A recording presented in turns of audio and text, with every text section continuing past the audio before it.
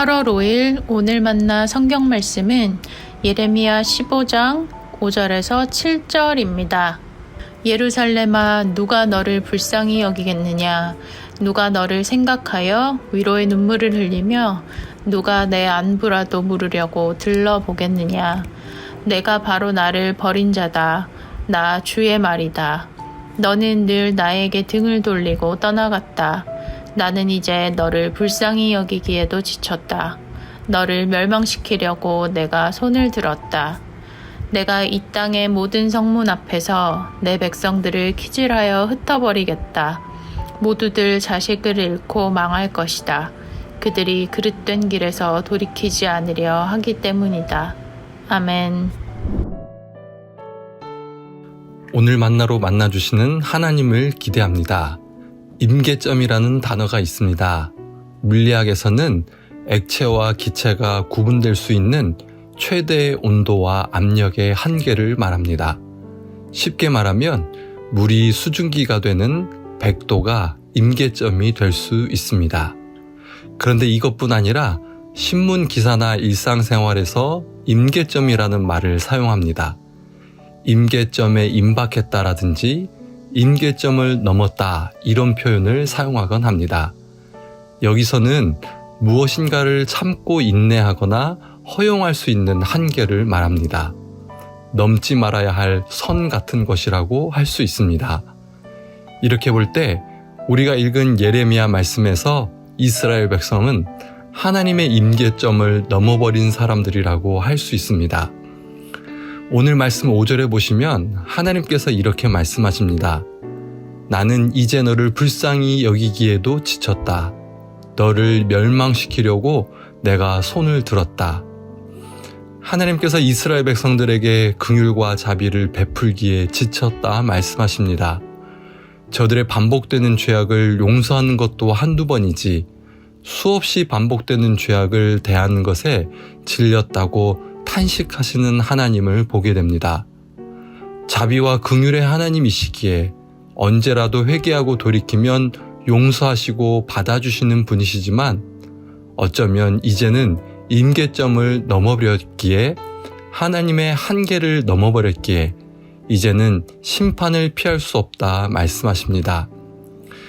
이것을 잘 보여주는 말씀이 15장 1절 말씀인데요. 여기서 하나님께서는 모세와 사무엘이 내 앞에 나와 빈다고 해도 내가 이 백성에게 마음을 기울이지 않는다 말씀하십니다. 여러분, 모세와 사무엘이 누구입니까? 이스라엘 백성들이 하나님 앞에서 잘못을 저질렀을 때 중보의 역할을 감당해서 하나님께서 마음을 바꾼 대표적인 인물이 아닙니까?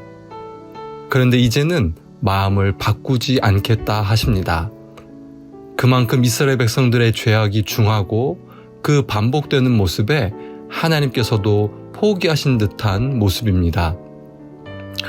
그렇다면 신실하시고 변함이 없으시며 한없이 자비와 긍휼을 베푸시는 하나님의 마음을 지쳐버리고 포기하게 만든 이스라엘 백성들의 모습은 무엇입니까? 그것은 6에서 7절 말씀에 나오는데요. 하나님께서 내가 나를 버렸고 내게서 물러갔다 말씀하시고요.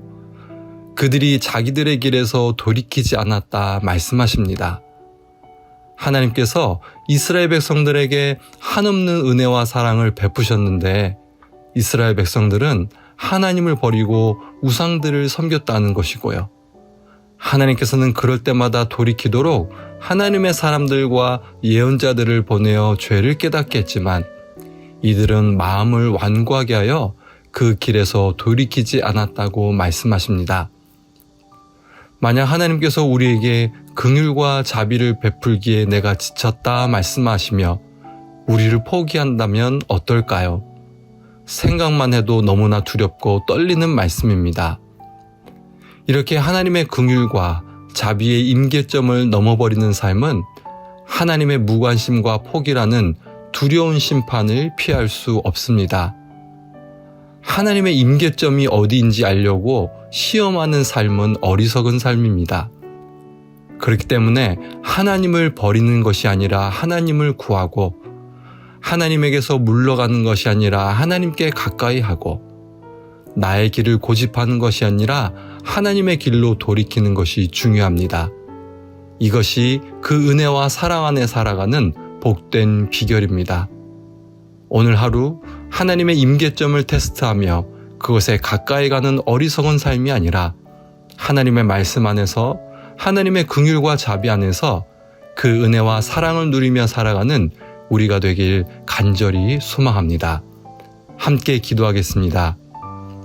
하나님, 오늘 말씀을 통해서 하나님의 임계점을 넘어버린 이스라엘 백성들을 보며 두려움과 떨림을 갖게 됩니다. 하나님의 임계점을 시험하는 어리석은 인생이 되지 않게 하옵소서.